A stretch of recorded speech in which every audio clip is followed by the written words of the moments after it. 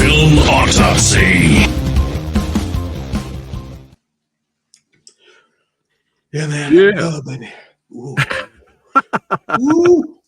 Look at that sweatshirt you got there. Let me blow it up. Kung Fu Santa has returned, baby. What is going on? Welcome back, Rick. How are you, my friend? Good. I had to wear this. I didn't have any shirts from any of the stuff that we're talking about. Even though we're talking about 20 different projects this episode, I couldn't find any that suited the films. Because normally, I could have worn something Batman, and I could have, but you've seen that stuff. But virtually nothing else. I don't have anything from The Crow. No Terminator stuff. But anyway, so. We're back, though. We are back, baby, with another episode of Action Film Autopsy. That's right, your boy, President PhatSamuraiGuy. That's right, we have award-winning Rick Myers back in the seat, in the hizzy. That's right. And we have a plethora of people watching right now. Thank you guys for chiming in with us live. That's right. It's always fun having you guys here live. And, of course, big, huge shout-out to the ones that are going to watch this when it's not live. We appreciate that. Bob Odin's son in the house. Let's hear the so-called crow. He wants to hear. They're going to get to it. We're going to get to the crow. I'm looking forward to hearing what Rick has to say. I'll talk fast. Sumo, what's going on? Hey, buddy. Yeah, good to see you. Rick, we actually do have 2 questions for Ask Rick Anything. Did you want to start off with the 2 questions, or you want to wait till the end? Well, you can't wait till the end now. You have to. You told me you got them, so I have to see them. Let's see them. All right. The first question we have for Ask Rick Anything, it's from Daniel Cousin 6987. He goes, "What's the feeling? What's the feeling get once you look at what all you accomplished and those you've helped push forward? What's the feeling you get after looking at all that you have accomplished and what helped and those that you have helped push forward? How do you feel about that, Rick?" Look at my face. I feel great. I mean, it's just like it only in the last couple of years, because for most of my career I was writing and I didn't know how people were reacting to it. And I, did comic books, I did magazines, I did books, I did movies, I did television, I did DVD, and I was just having a great time.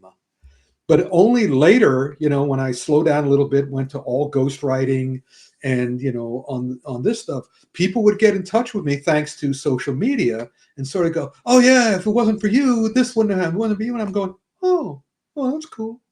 But at the same time, because of my terrible childhood, all I've ever taken care of is myself. So as long as I'm okay, I just sort of go, "Hey, good. Hey, that's great. I'm great. I'm happy for you." And also that's what my motto is now that I'm Master Minion or Master of Dumb Fu. I'm happy to help. I'm not here to help. I'm here to help me, but I'm always happy to help others. And that, by the way, everybody, is how I got my jobs, because I would say, first of all, I worked very hard to give the people what they want, but I'd always say, "What can I do for you?" I never say, "Can you do something for me?" I'd always go, "What can I do for you?" And I wanted to be ready to do that for them. So yeah, it makes me happy. All right, nice. Next question, please. Jake Hall saying, "Jake, hello. Hey, buddy." There we go. We got McCloskey says, "Weeks of letdown, definitely Borderlands." With Kate Blanchett to get some change to buy hot dogs. There we go. Well, we'll get the Rick's thoughts on Borderlands when we get to it. Oh, we sure will. Second question. Oh, it's from Severio Vinci 1212. He says, "If someone forced you to watch one of these movies again, and if you have no way to avoid it, which one would you pick? Paws of Fury or The Gray Man?" That's wonderful. Well, actually, that's easy. I would take Gray Man. Yeah. Because Paws of Fury was just kind of like, Gray Man was like, "Oh, this, I'm so sorry." But Paws of Fury was this. It was just like, "Oh, come on, man. You should have done better." I'll be saying that a lot about some of these movies too. You should have done better. You could have done better. I wish you had done better. There you go. There's your answer, Severio. There you go. Thanks again for the questions for Ask Rick Anything. And Brian Sanchez in the house. What's going on? What's going on, Brian Sanchez? This hasn't kicked in yet. Okay, this is not kicked in yet. Nate Dogs, what's going on? Hey, we're happy to have you here, brother. Yeah. All right. Better than a dead stream. Yeah, dead stream. We're getting right into it. Up foist. We have the Instigators. this was one of several movies that I was thinking seriously not to include because it's not an action movie. Okay. It doesn't have a choreographer. It has Right. a stunt arranger. All The matter of fact, it's Mike Fichera, who worked on Fallout and Succession, of all things. So it's, quality stuff. And of course, Doug Liman directed it, and he did Roadhouse, the new Roadhouse, which gives you an idea. But this for years, for decades, maybe for all of time, August was always the dead dog zone in movie releasing. Studios would take their soft movies, the ones that they didn't think would do really great, but they didn't think would do really bad, and put them in August. Mm-hmm. And The Instigators is that. So you're going to see a couple of movies last month, but this month, while we're talking about it, which to me, because as you know, I want to be the movie detective. I want to figure out why it turned out the way it did. And I look at this, Casey Affleck with Matt Damon, set in Boston. Casey Affleck is the younger brother of Ben Affleck, who Matt Damon, became a big star with. And they made that Boston movie back at the beginnings and won an Oscar for it. So this one really did look like a favor. It's kind of like Casey wrote it. Okay. And it's all Boston, and it's all the guys talking with the Boston accents and stuff. Yeah. But Matt Damon's in it, and it's kind of like several times during this thing, I go, "What is this actor doing in this movie?" Because it really seems to be beneath them. Right. And The Instigators is not terrible. Okay. But it's not. I watched the whole thing like. That's it. Yeah. I didn't laugh hard. I didn't go, "Oh, that's smart." I didn't go, "Oh, that's exciting." Mm-hmm. It was, but it wasn't awful. Okay. So it was kind of like, if you want to see a time filler, also if you want to try to figure out, if you want to see if you agree with me that Matt did it because as a favor to the Affleck family to give it a little more credibility, it's possible. Fine. The other issue that it had. I have a question. Is there a lot of instigating going on? Yes and no. It's just like the rest of the movie. It's an interesting title, but it's not like, wow, what an insightful title. Yeah. No, it's just and the whole movie seems to be everyone, and this is true of a bunch of movies we'll be talking about this time too. Everybody seemed to be not acting realistically.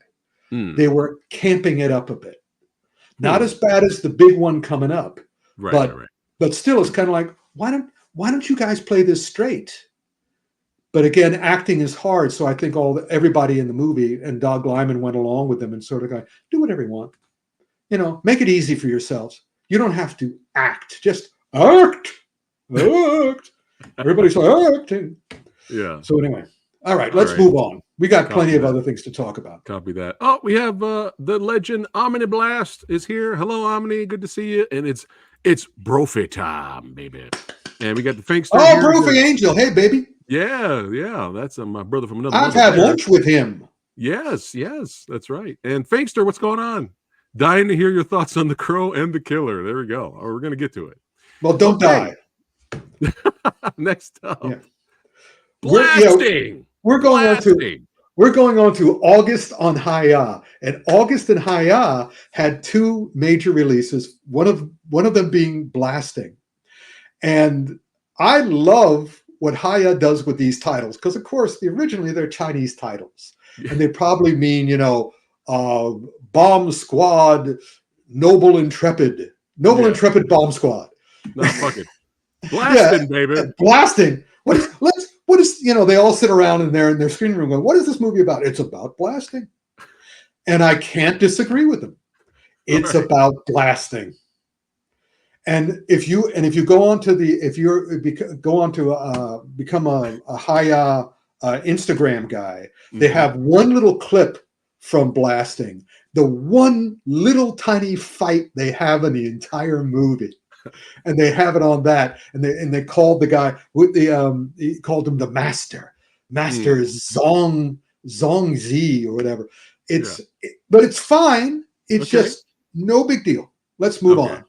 Okay. It's it's blasting. It's not kung fu. It's not martial arts. It's but bombs. Was it a blast? Was it a no? It was like okay. Okay. All right. However, Fighter was a blast. Yeah. Was an absolute, well, what do we call it? A blasting is not a blast, but fighter is a fight? No, it's a tur, but it's not a tur. It's an interesting, it's a hoot. Fighter is a hoot. There was that other Hayao movie years ago. I couldn't remember the title. I was working so hard in getting all this information on all the movies we're talking about that I couldn't find, but it was another fighting movie with some really good actors that we talked about months and months and months and months ago. And also on the Hayao channel, and it was very similar to Fighter in that it was crazed. This is a ridiculous movie. It's another movie where the story is China and America want to find the best ultimate fighting champion and pit them against each other. Let's go. Let's go. And it starts in like the biggest stadium in all of America because the Chinese girl goes to America and the American guy goes to China and they face each other and go, we're going to get a better fighter and they're going to fight together. But she goes, it's on the screen, has a big thing on the screen saying the biggest stadium in all of America. It's a dark room. It's a dark room. And I'm watching it going, why didn't you say it was in a underground garage or something? You could have afforded that. Like a Fight Club type of setting. Yeah. But it was very clear because they had American actors who couldn't speak Chinese and Chinese actors who couldn't speak English. The whole movie was miscommunication all the way with terrible, terrible acting, but delightfully terrible. All right. I mean, I watched the whole thing going, this is so stupid. It was fun. It was so stupid. Oh, you have to. I mean, I'm not going to do the bad accent, but the poor Chinese girl had to speak English, which was not her second language. Right. It was her third or fourth language. This sounds like right up my alley. This sounds total like right hoot. Total hoot. But Rick, yes. How was the fighting in Fighter? Well, pretty much it's in the biggest stadium in America. No, it's in a small closet. So what it is, go back to that poster. Poster. That is it. You notice what's the two things that I always say is wrong with it? Because it's a martial art movie. Right, and it's an ultimate fighting movie. So all they do is punch. If you want a good badass punching movie, well, it's not a good badass punching movie. It's a funny, it's hilarious. It's good blasting. Yeah. Okay. But it's all punchy. All and everybody takes it. It's like one of those Japanese ultimate fighting videos we talked about last month. Fighting, punchy, and nobody was affected by anything. It sounds like a hoot. It is a hoot.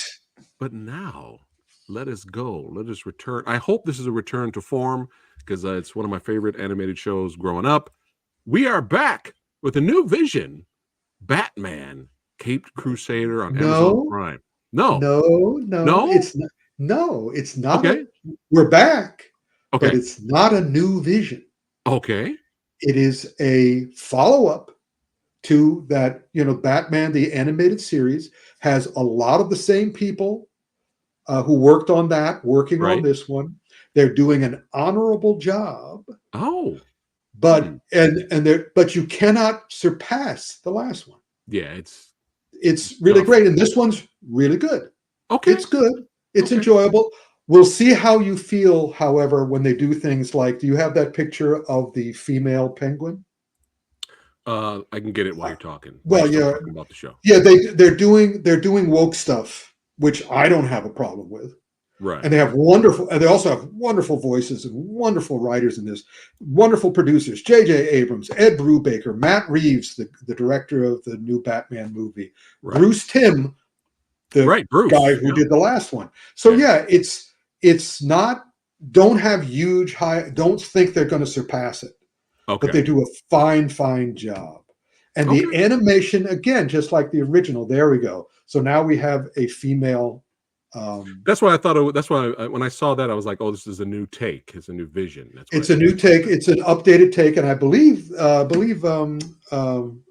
I had her name in my brain. The one who does her voice. I'll think of it later. But Okay. they have great voices, great people working on it, very nice Yeah. writing. There's no episode that should be disappointing, but there's no episode that is as good to my mind as the original series. Yeah. But still So solid. honorable. Okay. And my friend Jen Hurler, our ex Jen.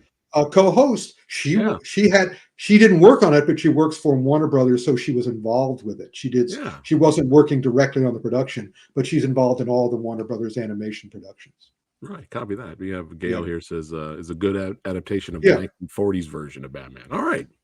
Copy that. With some flaws here or sounds there. fun. That's true. Yeah. All right. Champ saying hello, Rick. All right. Next up, we have Jackpot. Rick, what's going on here? What's happening here? Now, remember when I was talking about the overacting?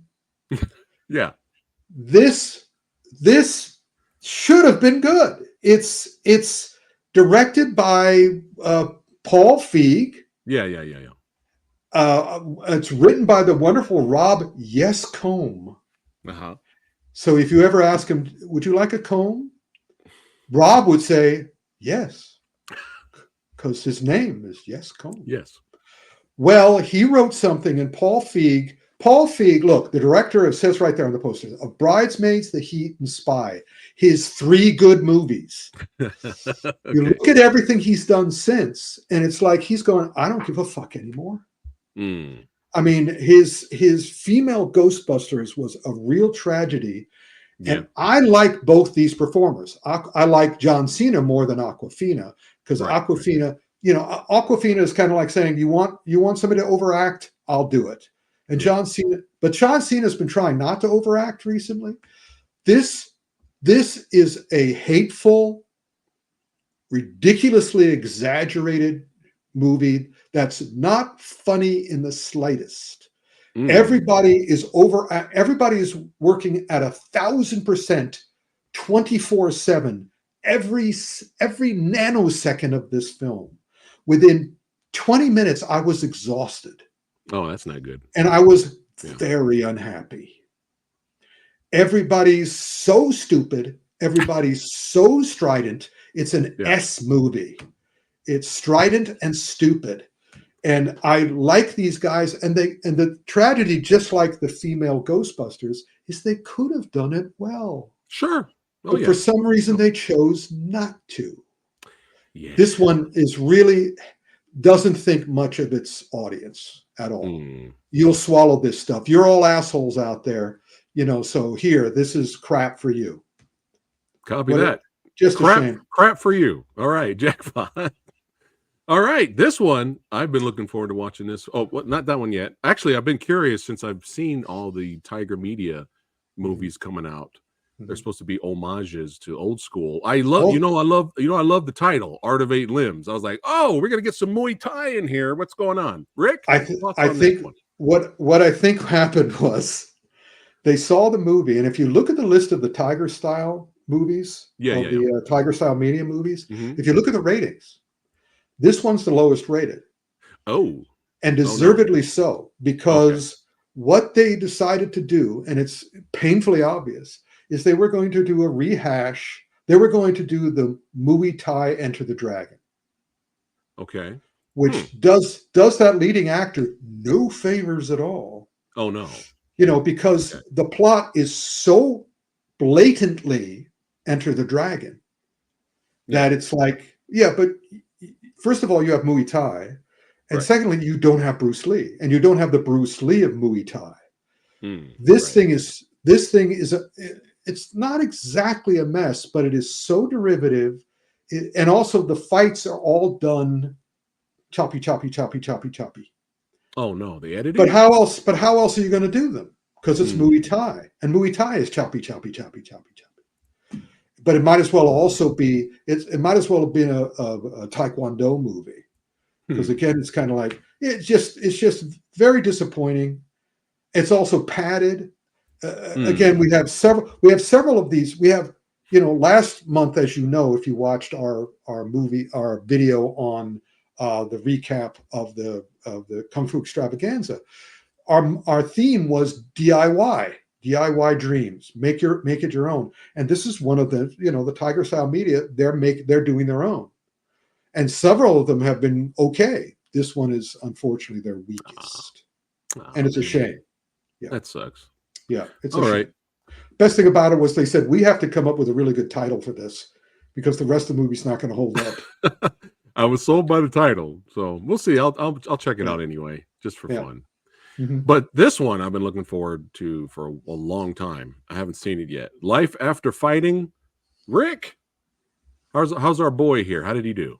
He did good. However, oh no.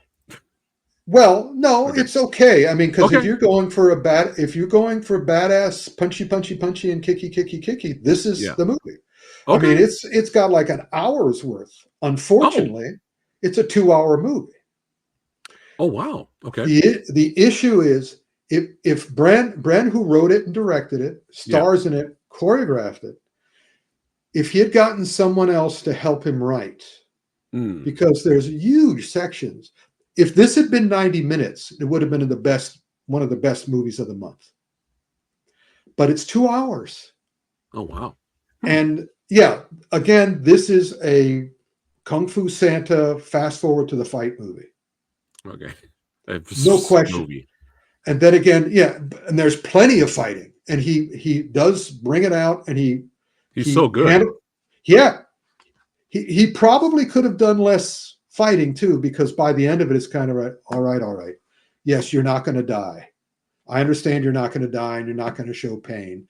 You're going to show a little blood. You're going to try hard. And the plot, again, is very, very, very, very familiar. There's several other movies this month that have the same plot. My children have been kidnapped, and I have to save them. Yeah. I'm getting tired of threatened children. It's like Taken-esque, right? A little bit. Yeah, it is. And that's clearly what he based it on. But he does a good job had he controlled himself. But I understand that when you're doing your own movie, you fall in love with everything. Right. So he's in the editing room. No, I can't cut that out. I remember doing that scene. I can't cut that out. And I'm going, had he gotten me involved, I would have brought in the hedge clippers. Yeah. Just say, take out this 20 minutes. Because if you watch it all the way through, which I don't recommend, I recommend you fast forward. You can see the scene he should have taken out. Right, you can see the scenes. So it's a pacing issue. It's a 2-hour movie that should have been 90 minutes. Okay, but the fights were fun. Yeah, they were good. I'm anxious to see what he does next. Copy that. I can't wait, but I'm looking forward to it. I'll definitely still check it out. But now we did Land of Bad last month, and now Hemsworth, a Hemsworth is back. Now, what does the instigators and Gunner have in common? What could it be? What WTF is Morgan Freeman doing in this throughout the entire? And again, what's the plot of this one? They kidnapped my children. I have to go save my children. So it's like everybody who made movies last month, all got together and goes, well, tell you what, we'll have it's one of those betting games. Okay, I've got $5 million. I can actually make my movie. But I'm going to bet I make it better than you. So let's all have the same plot, and you have to have a major star who owes you a favor. Right. How much do you want to bet that one of the elder Hemsworths went to Morgan and go, could you do my younger brother a favor? Because there's nobody else in this movie, and I bet that's what happened. How much are you paying me? Yeah. And this is not, director of two kickboxers, and not the big kickboxer Kickboxer sequels. Right. So you know what you're going to get. I don't, of the movies we're talking about, at the end, when you see my thumbs up and thumbs down, you'll see the ones I suggest you watch. Okay. This is not one of them. I don't recommend you fast forward to Morgan Freeman scenes. So none of the action's solid at parts? It's like, it's not bad? It's well, I mean, I can't say it's bad, but I can't say it's good. It's shooting. It's shooting. It's shooting and punching. Whatever. Okay. You can do better this month alone. Okay. Okay. Well, speaking of shooting, we have John Woo's reboot or remake. What is remake? It? It's clearly a remake of one of my favorites of all time. One of everybody's favorites of all time. The classic, the Killer. I'm going to be honest, Rick. I'm going to be honest. Yes. I saw the teaser, not even in the full trailer. I saw the teaser way back, and I was like, I don't know. Like, I didn't know what to think of it. It looked silly. It didn't look serious. But then I was like, well, maybe this time around, John's like, well, I've already made the serious Killer. Let me have fun now. Let me have fun with this one. I don't know. I haven't seen it yet. So I've seen it. Okay. Put the poster back up. All right, here we go. What this reminds me the most of, because I've watched it twice. Okay. Because while I'm watching it, I was dealing, and I recommend to everybody, get the original Killer out of your head. This is not going to come anywhere close to that. Yeah. However, this movie most reminds me of On Her Majesty's Secret Service. Huh. And not because of the plot. Okay. But because of On Her Majesty's Secret Service is a really good James Bond movie without James Bond in it. Okay. This is a pretty darn good John Woo movie without the Killer in it. Okay. Because look at Omar. Look at Omar there. Look at his face. Now look at Nathalie. Mm-hmm. I'm fascinated by this. This happens, and look at the live action Mulan poster again.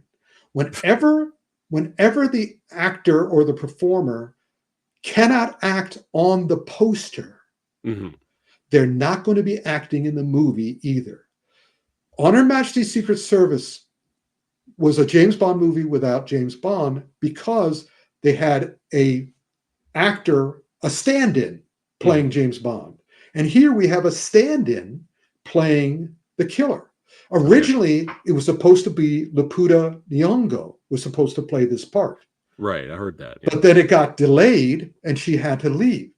I believe she could have carried this because there are scenes. Yeah. Go get that picture that I sent you that I put up on the website up from the Killer. And another great example, you cannot find a picture of this woman actually acting, performing. She is DOA. There's no life in her. And there are sequences where she needs life. Yeah, look at that face. She's in the middle of an incredibly tense situation. Do you feel any emotion coming off of her? Any at all? And you go back into the poster, same thing. She's DOA. She's a pod person. So the movie is good, especially if you get the original out. This is the best John Woo movie I've seen ever since he retired. They film it in Paris. Beautiful photography. I'm watching the opening. The best scene of the movie and the best scene that Natalie is in is the opening where she's in the church and they have a dove joke. And I went, and her reaction, I think John Woo didn't tell her what he was about to do. Yeah. And her reaction was the most natural thing she does in the entire movie. Okay. She suddenly breaks into this huge smile. And I sort of go, oh, that's awesome. This is going to be a great movie. And then she goes dead again. Right. And then the next sequence, she does all this stuff which she should be involved in. And she has some fight sequences. Also, she's 90 pounds. And she's taking on 170-pound guys with solid muscle. And John Woo is trying to convince you that she can handle it. Not in a smart way, but in a macho way. And I'm going, that's weak. But for the most part, the camera work is great. The photography is great. The other actors are great. It's fun to see all the accents and Omar's French accent and shit. Yeah. So worth seeing. It's certainly better than Gunner. It's certainly better than Fighter, Jackpot, and the Instigators. It's very interesting. It's worth watching. Okay. All right. Yeah. That's a thumb up there. A lot of people have been messaging me. It'll be in the middle. It won't be like this. It'll be like this. A lot of people have been messaging me. Hey, it's fun. It's better than Silent Night. It's better than Silent Night. It's better than Silent Absolutely Night. True. That's absolutely true, everybody. There we go. Shout out to Emily. Yeah, good to see you, Emily. She said, I love there you go. So see? Good. I didn't see any trailers when I'm blind. I also haven't seen the Chow Yun Fat version. Interesting. Well, that's those. Thank you so much, Emily, for coming back. Because I was going to say one of my reviews was if you haven't seen the original, you'll like this. You'll in fact, you more than liked it. You loved it. That's what I thought would happen. Yeah. So good. It's absolutely true. I don't know if Emily's going to like the original. I don't know. I hope you do because they're both good. But I'd love for you to see it, Emily, because it's a classic, and also the gunfights are better. Well, and the jokes are better. Yeah. But then again, I'd be curious to see it. But then again, I saw it when it first came out. When it was it 1986 or something? I think so. Yeah. So yeah, you might not like it, but even so, I'm glad you love this. Glad you and Nate enjoyed the film. All right, next up, I actually did just finish this today. I literally just finished this morning. Terminator Zero. Yes, on Netflix. What did you think? It was trash. Terminator Genesis was better. Terminator Dark Fate was better. No, I'm kidding. I'm kidding. No, I very well done. Very well done. I was entertained by it. It's not if you guys are expecting a nonstop action throw ride, action galore. It's not that kind of movie. It's more dialogue, story driven, character driven show. I was smart going into this. I was like, okay, most likely because it's anime, they're gonna do their own thing. So if you can accept that they tell a similar story with different characters, but you could insert this in canon if you want, or you don't have to because it's kind of doing its own thing. But overall, animation's great. When there's action there, it's solid. Here's my pet peeve. It's not really a pet peeve. Is that here's the good things about the show is I enjoyed it. I recommend it. It's well done. It kind of gives respect back to the franchise. If you guys were let down for the past couple of movies, it takes the subject very seriously. That's right. It's dark. It's bleak. It's violent. It's it has that post-apocalyptic dread, impending doom. All that stuff is there. So there's respect for the Terminator franchise. Once again, my only small little nitpick of it is it's absolutely nothing new when it comes to anime. This is like Tuesday. Very true. Very true. Tuesday for anime. Well, here's the deal. But if you're just going in for just a Terminator, you should be fine. You should be fine. Yeah. I think I agree with your review for the most part, but I'm also aware that it is the work of Masashi Kudo. Okay. And it's his best work since his previous television series was Hayate Combat Butler. He had two anime series about a combat butler. Let's go. And I said, great. And also the one thing I would have changed on Terminator is I would have changed the name to Terminator Family.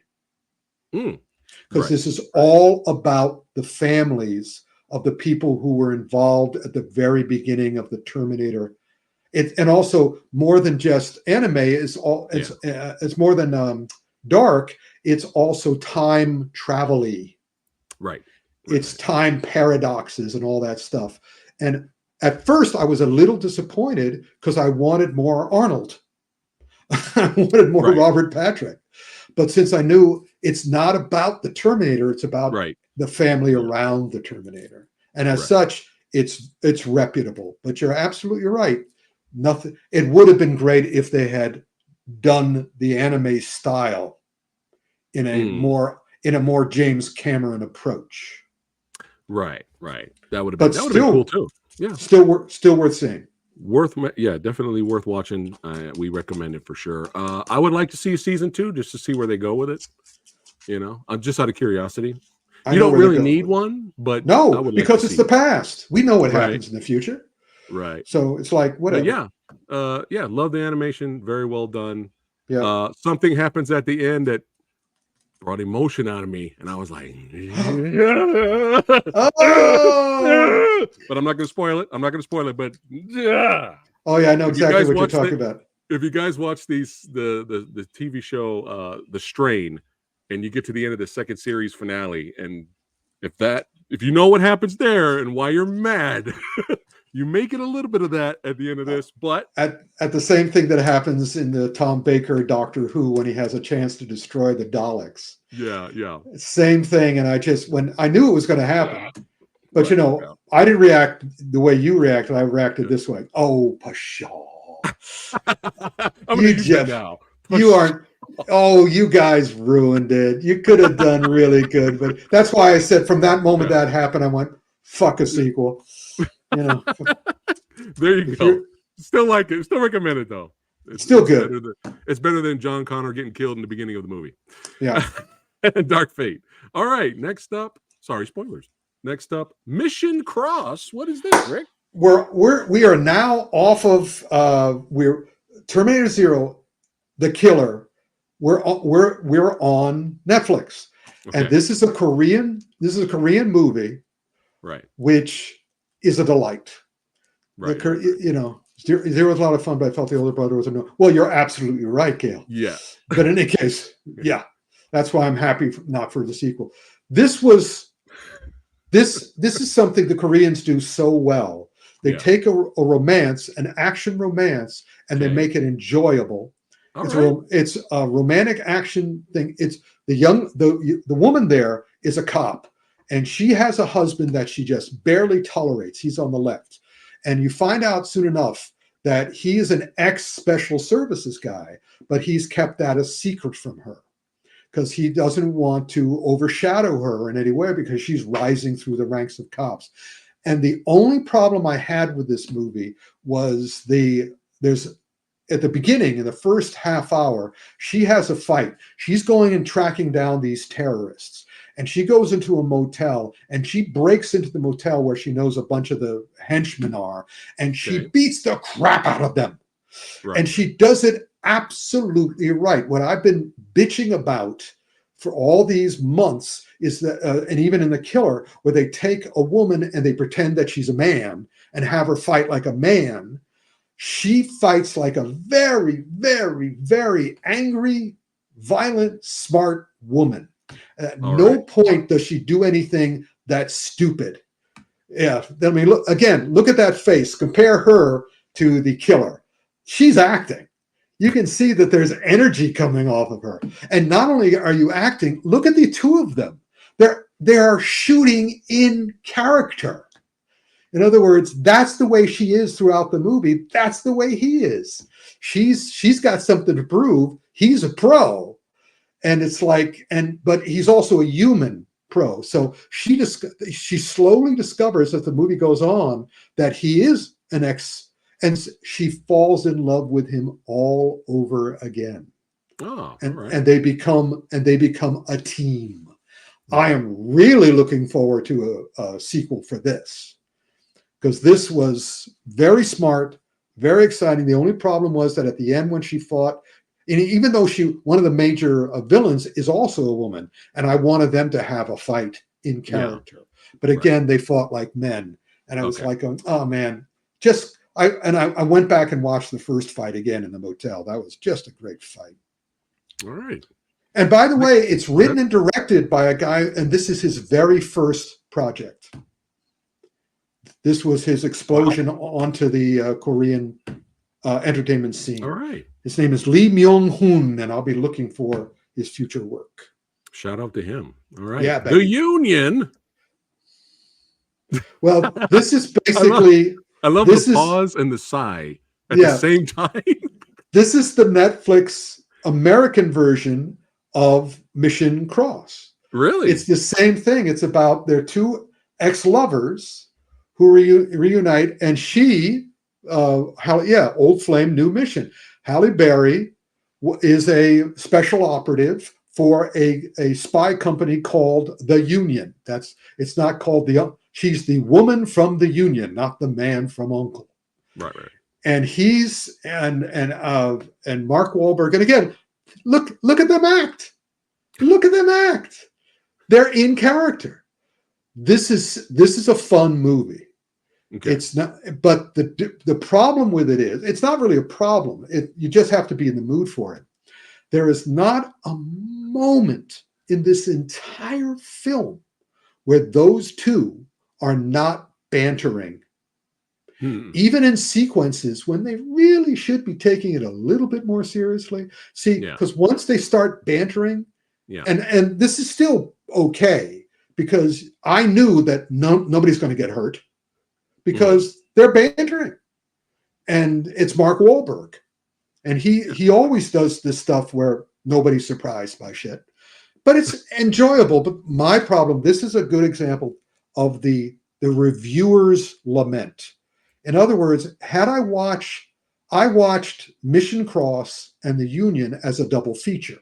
And had I watched them separately, right, especially if I had watched the Union first, I wouldn't have as much problem with it as I now do. I would have gone, oh, it's fine. They're just fun. It's fun. It's bantering. It's good to see them both. It's entertaining enough. It's the same old plot. It's the same old plot, terrorist plot. Somebody has whatever, an AI device. But, and you just watch them quip their heads off. You just watch them have a good time. So, yeah, it's worthwhile, but it's no Mission Cross. All right. Copy that. Now we are going to futuristic, sci-fi, post-apocalyptic everything with Kalki. Kalki, the biggest problem I had with I had a couple of problems with Kalki. Okay. First, it's almost 3 hours long. It is the start of the Kalki cinematic universe. What? And had I known that before watching it, I would have tolerated the ending a bit more. Because yes, it's very clear it's the Kalki cinematic universe. It takes place in the year, 2898. Yeah. It takes place in the year 2898. So the whole movie is a science fiction, futuristic, no locations. They're not in any portion. There's nothing recognizable as anything in modern day India. So it's all on sets. It's all special effects. And so the fights are all floating. It's all floating. And my biggest issue with it is they had some great music, but they didn't have great musical numbers. This thing would have been perfect with musical numbers, but they didn't. I mean, it's still RRR is still my favorite, as well as the cop universe, that Voryarashi, whatever that's pronounced, which I talked about a lot. That had great musical numbers. That, unforgettable. And the one thing that come on, India, you cannot do Marvel or Disney better than Marvel and Disney does.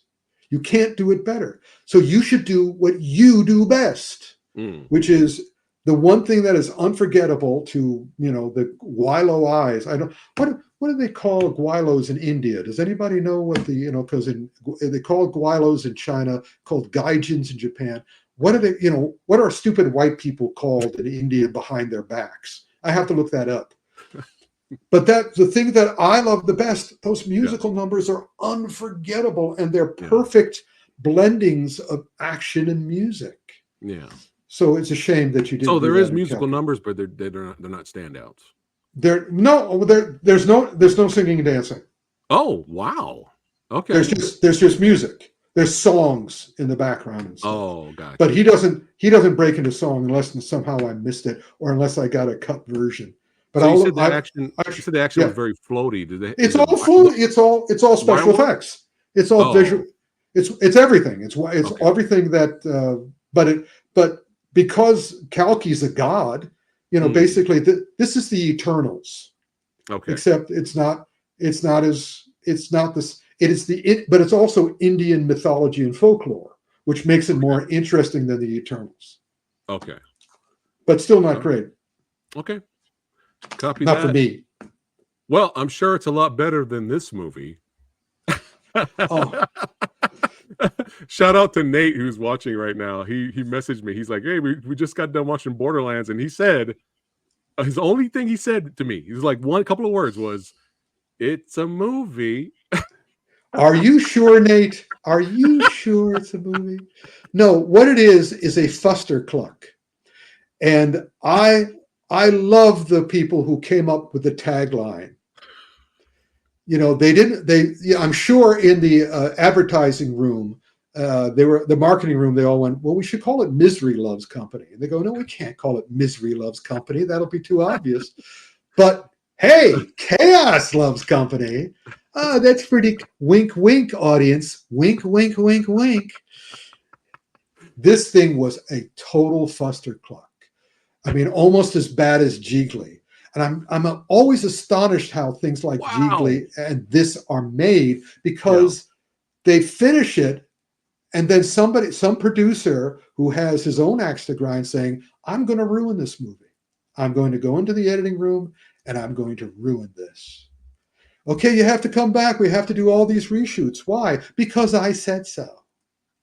Oh. And you could see that somebody was out to kill this for their own reasons. Because I'm telling you, I mean, I spent 2 years working in LA for studios and networks. Yeah. And I've seen it happen. And all my friends, because I don't work in the industry, I came back east and went back to my books and my, the stuff I have control over, because I didn't stay out there and become a story editor. All my friends who did stay out there, they always say, oh no, nobody sets out to make a bad movie. And I'm going, I happen to know that a bunch of producers did. The people who they hire to make the movie, they're not trying to make a bad movie. Right. Unless you have a power mad. I mean, Johnny Depp's Lone Ranger, he was setting out to make a terrible movie. But for the most part, what happens is that somebody goes to a cocktail party. This stuff actually happens.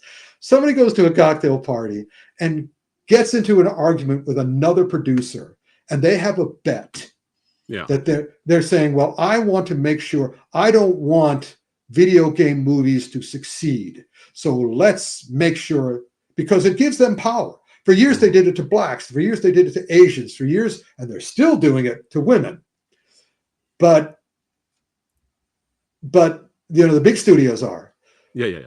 But I swear that somebody had a bet that they could destroy this can't miss video game movie, because we don't want this to succeed, because we want what we want to succeed. And so, man, I mean, they couldn't have done a better job of ruining this. Yeah. But I mean, they weren't even trying to disguise. I mean, if you look it up on Wikipedia, you'll see the report of what the fuck happened. So now they're just doing it. They're just sort of like, we're doing it because we're having fun because we can. Right. Because that makes us feel like we have power.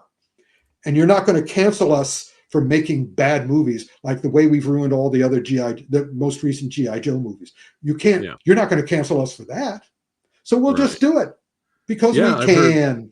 I've heard people say, well, we just went back in time to the era of how majority of every single video game movie was not good. We went backwards. That's how bad Borderlands was, at least. That's what people have been telling me. Emily said that they slept through it. Emily says they slept through it. You should, if you guys, all you guys out there who want to want to make movies, watch Do Not Sleep Through Borderlands. Yeah, this for the grace of God goes you. Yeah, study it. Yeah. See how they fucked it up. It would be wonderful if they released the original. It would be great if they released the original Thor Ragnarok print. If they released all the stuff that they've cut up. So I was just confused a little bit before we move on to the one movie everyone's here to hear what Rick has to say about it. But really quick, I was confused because Eli Roth helped write it, But I've heard it doesn't feel anything like an Eli Roth movie. They even took out the gore. I guess it was supposed to be R-rated. So it's just like, what happened there? And then he did this before Thanksgiving. So he was like, you know what? Screw this AAA big budget studio interference nonsense. I'm going to go back to making my smaller horror slashers that everyone. I'm going back to the genre I love. And look what happened. Thanksgiving was fun. I bet they gave him a contract where he couldn't take his name off of it. There it is. Yeah, there it is. So they're just using him. Yeah.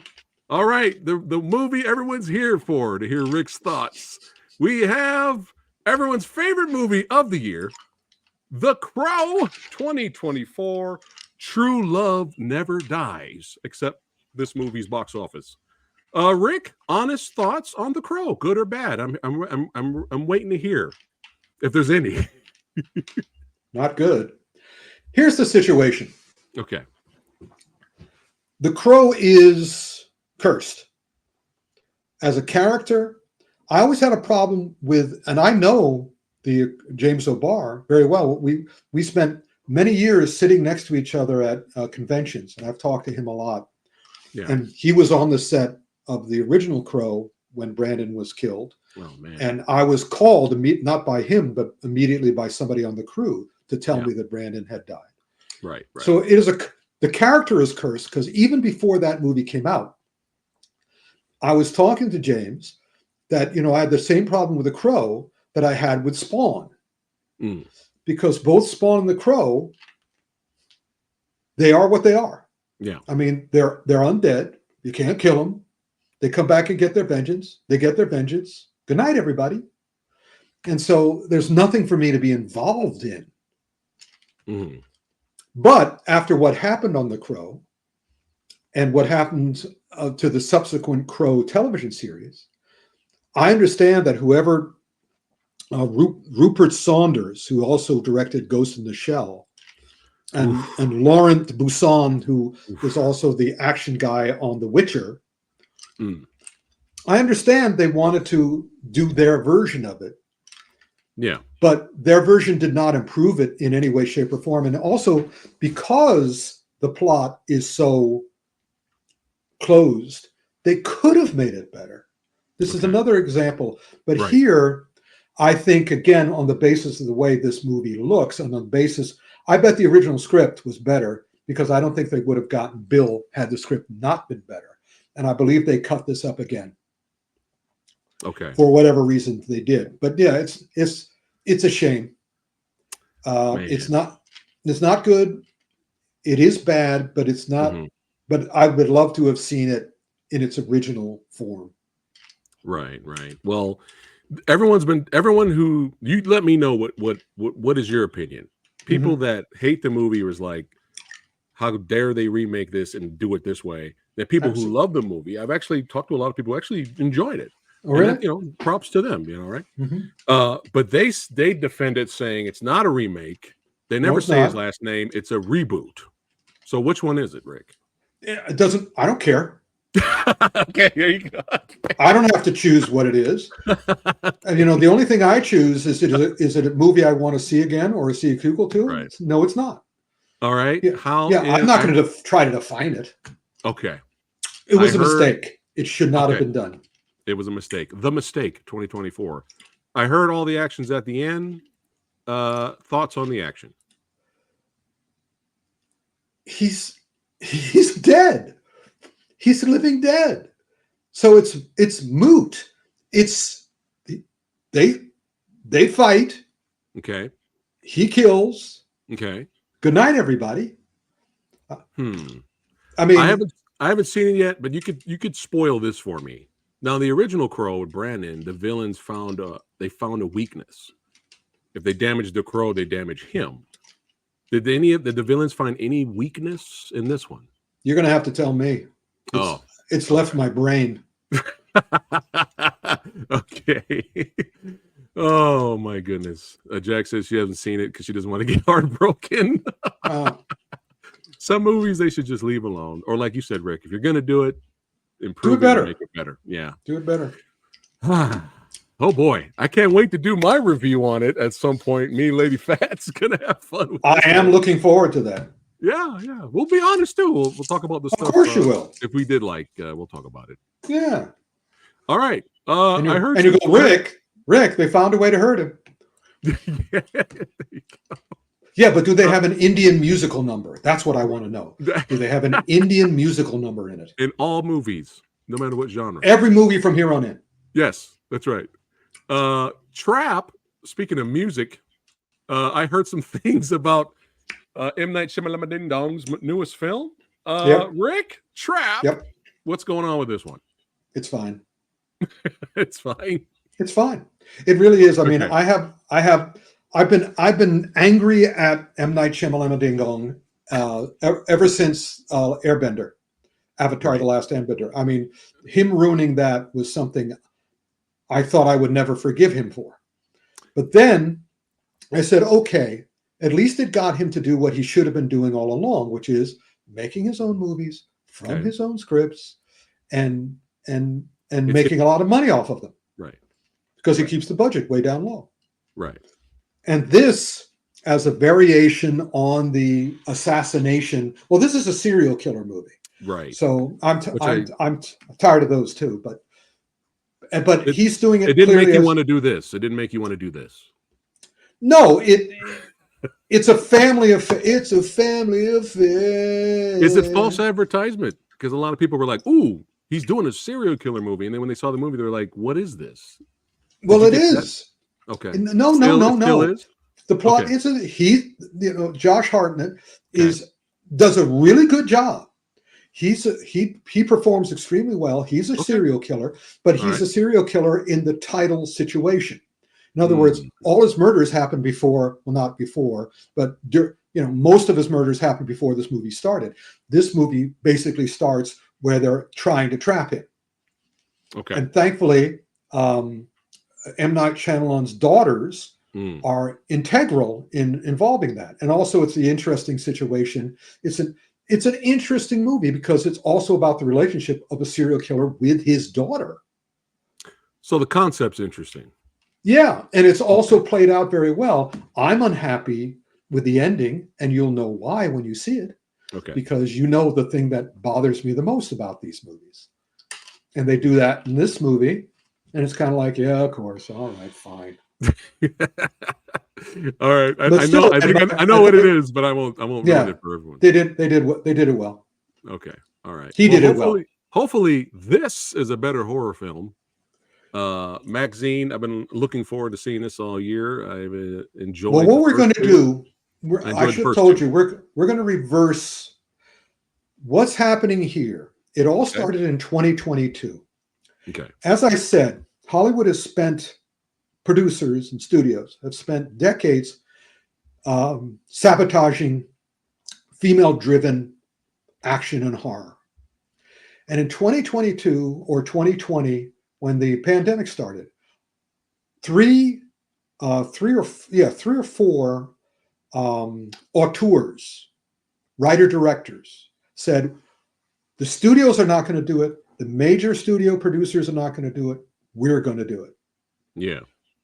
And so we have now coming out this month, 3 of the strongest female-led thrillers. Let's call them thrillers. All right. They're not really. And we'll start with the most recent one, which is Zoe Kravitz's Blink Twice. If a man made this movie, I'd be fascinated to see what would happen to that man. I think Zoe Kravitz looked at the world around her and looked what Ty West was doing, what J.T. Molnar was doing, who we're getting to next, and said, all right, they can do that. What can I do that no one else can do? And that was Blink Twice. I heard good things about it. It's very good. It's very similar to a couple of other movies with women in a sort of like a paradise. There was one recently where it was all a video. It was all a computer world, that what's her name, who plays Black Widow's sister, Florence Pugh. Oh, Was that horror movie with Florence Pugh, and she was trapped in a world not of her own making that she couldn't escape from. Well, this is basically it's something, and it's only something that Zoe could have gotten away with and accepted. Yeah, it's it's so well done thriller. It's like a mystery. Is it a mystery? I would strongly recommend you watch these 3 movies as a triple feature, starting with Blink Twice, followed up with Strange Darling, and then Maxxxine. Strange Darling is next. Strange Darling, and what's wonderful about both Blink Twice and Strange Darling is I will say nothing about the plot. All right. That means it's really good. You should watch it. Yeah, you should watch it blind. Fresh. Going blind.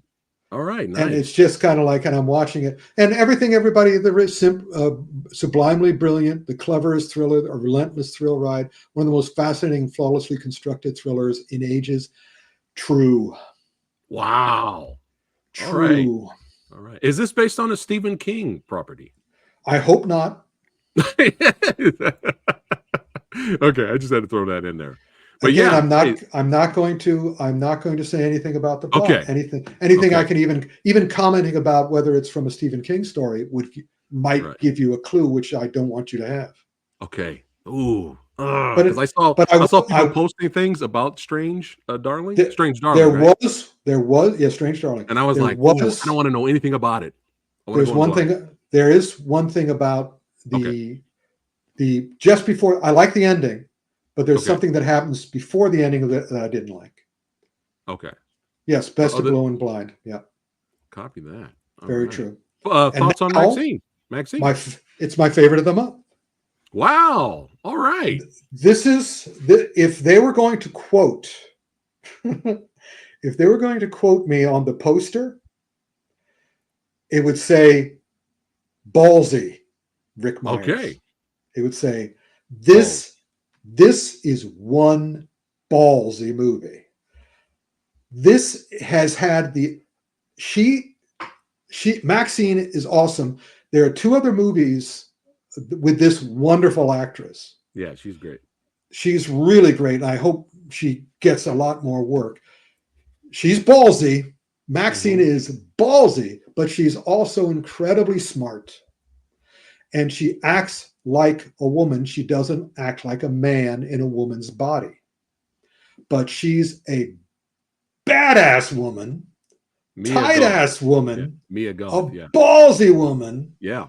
Nice. All right. And this has been the only movie I remember since, I'm trying to remember the last movie, maybe even Wild Bunch, where where I watched the action and I went like this. Oh, all right. Yeah, she's ballsy. Nice. Have you seen it? No, it's on the list. It's on the list. Yeah, because I enjoyed the first two films from Ty. All right. I'm excited. There are things that happen in this movie that I've never seen in a movie before. Nice. Love it. Every time I'd go, oh, jeez. Nice. Yeah. All right. Strange Darling, definitely on the list as well. They're on the list. I'm marking it as we go here. Yeah. Speaking of things you haven't seen before, Alien Romulus. Well, do we want to? Let's start. Don't spoil the ending. Don't spoil the ending because I haven't seen it yet. Let's talk about everything else. We'll start with the review from our glorious Beast, who's on a plane at this very moment coming back home from Hong Kong. He sent us a video from Korea, although by the video you wouldn't know it. But yeah, let's hear with the commentary beast himself, Frank Jang's thoughts on Alien Romulus. 안녕하세요, Frank Jang here in Seoul, South Korea, when I'm actually shooting our next documentary project. I'm here to talk about Alien Romulus. I saw this in IMAX. I think this is the preferred format to see this film. It looks stunning in IMAX, great sound, great images. To me, Alien Romulus is really kind of more like a greatest hit collection of all the great moments from past Alien films, all the way straight from the first Alien to Prometheus and Alien Covenant. And I think Fede Alvarez, the director, did a great job in creating the tension, particularly the first half of the film. The first half of the film, I think, really has a lot of tension. And once all hell breaks loose, it became more like a sci-fi action film. It's really not scary at all. It's already a scary film. I wouldn't even call this a horror film. But again, great cast, great production design. All the effects are almost like all physical, and the sound is just wonderful. But with that said, I don't think the film breaks any new ground creatively. You know, it really doesn't give you any new ideas. Although I do like the ties in, you know, with the Prometheus and Alien Covenant. The chest bursting scene is fantastic. It's great. Now, the final 15 minutes of the film, I think, is the most controversial. Some people like it, some people hate it. I think it's great. I think it ties in with the themes. And I personally think that last 15 minutes is actually really well done. So I actually saw it twice. I saw it in IMAX in the US, and I saw it in 4DX in Taipei. I still think IMAX is the preferred way to see this film, although the 4DX was pretty great too. Again, you know, it is a worthy entry to the series, and it's definitely worth seeing it in the theater. It didn't break any new grounds, like in terms of the storytelling or the themes, but again, it is one of the best, one of the better Alien films. It's definitely worth seeing in the theater, so go see it in IMAX if you can. Until next time, take care and bye-bye. 감사합니다. So, hey, Frank. So here we go. For a man who is so adamant about seeing things in the right, you know, medium and IMAX and all this stuff. Yeah. He sent the video to us, and I went, "Why'd you do it there?" And he said, "Well, you know, I was, and I was going, are you staying in a hotel with a window that's overlooking Korea or Seoul?" You go, "Yeah, but I didn't want to do it there because it was just business buildings." And I'm like going, you're talking about the environment, and you don't set up this video so we can see it's Seoul? You have Seoul right outside the window. Could you tell? You might as well have been in a diner in Hoboken. And he was going, and I'm going, well, I hope you treat your own documentary better than you treated this little video to us. Hey, the slow dramatic pan up was good though. Oh, that was glorious, Emirates. You know, look at my wonderful diner that I'm in. But be that as it may, Frank. Yeah. Well, Frank's awesome, but but he counteracted. He said it doesn't do anything new, and then he said the last 15 minutes, and I'm going, yeah, the last 15 minutes does something new. And in fact, I was on the set of the original Alien, which I think you guys know, and I talked at length with H.R. Giger, and H.R. Giger back in 1979 told me one of the concepts of the Alien that he wished they had included in the original Alien movie, but they didn't get to do, but they got to do it in this. Really? Okay.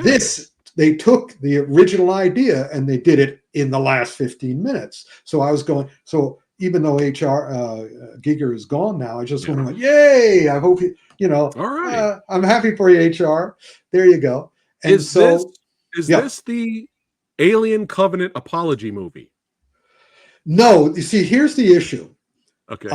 It's the great director Fede Alvarez. He made what's it called? Evil Dead remake.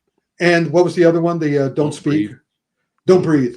Don't Breathe. This is a combination of all the aliens, every Alien movie. There's a piece of every Alien movie, but also the structure of Don't Breathe, where he has a bunch of people who are not as sympathetic as they might be, put into a situation where they're in trouble. Okay. And they have to don't breathe, and literally in the case of the Alien movie, they can't breathe in space. Yeah, and this shot is a recreation. This is the kiss to Sigourney Weaver in the first one. So it's an homage and it's a follow-up. So no, they can't. The problem with what's the other one? What are the other ones? Prometheus and Covenant. Those were prequels. Right. This is a sequel. the Covenant and the other one take place long before this movie starts. This movie takes place between Alien and Aliens. Right. And because Covenant and the other one are, Ridley Scott's version of prequels, right? He's fucked up the whole thing. Hateful prequels, because Aliens and Alien were not hateful. This movie is not hateful. Okay. But Covenant and Prometheus were hateful. So I would love for him to get to do another one and get to do it in an honorable way and that isn't permeated with Ridley Scott's apparent hatred of humanity at this point. Right. Well, this did well, so I'm sure he'll do another one, I'm sure. I hope so. Hopefully. I'm just excited to see the practical effects because he used a lot of practical in this one, so I'm excited to see that. It's the third best Alien movie, to my mind, without question. Okay, copy that. All right. I think that's everything. I believe that is. Rick's recap. That's right. Rick's recap for those of you that have just arrived. We're gonna do the quick thumbs up, thumbs down, middle thumbs, crooked thumbs, halfway thumbs of what I have to be over here. That's right. There you go. There you go. All right. Up first, there was some instigating going on. All right. Some blasting. Okay. Some fighting. There we go. All right. The thumb up. All right. We got I'm Batman. There we go. All right. A little bit to the crooked there. All right. Jackpot. Boom. Boom. Is it boom or is it this? It's boom and boom. It's boomity boomity boom boom. Boom. We have the art of 8 limbs. Not completely down, but close. Okay. All right. Life after fighting. All right. Okay. All right. Gunner. The Killer. Okay. Crooked thumb there. All right. Terminator 0. Same. Yeah. I give it the thumb up. It was almost 2 thumbs. It was right there to 2 thumbs. I'm gonna give it the thumb up. I still recommend it. That's a recommendation. It's just that don't go in expecting amazingness. Right. Copy that. Just goodness. We have Mission Cross. All right. American Mission Cross. Kalki. Okay. That's not terrible. No.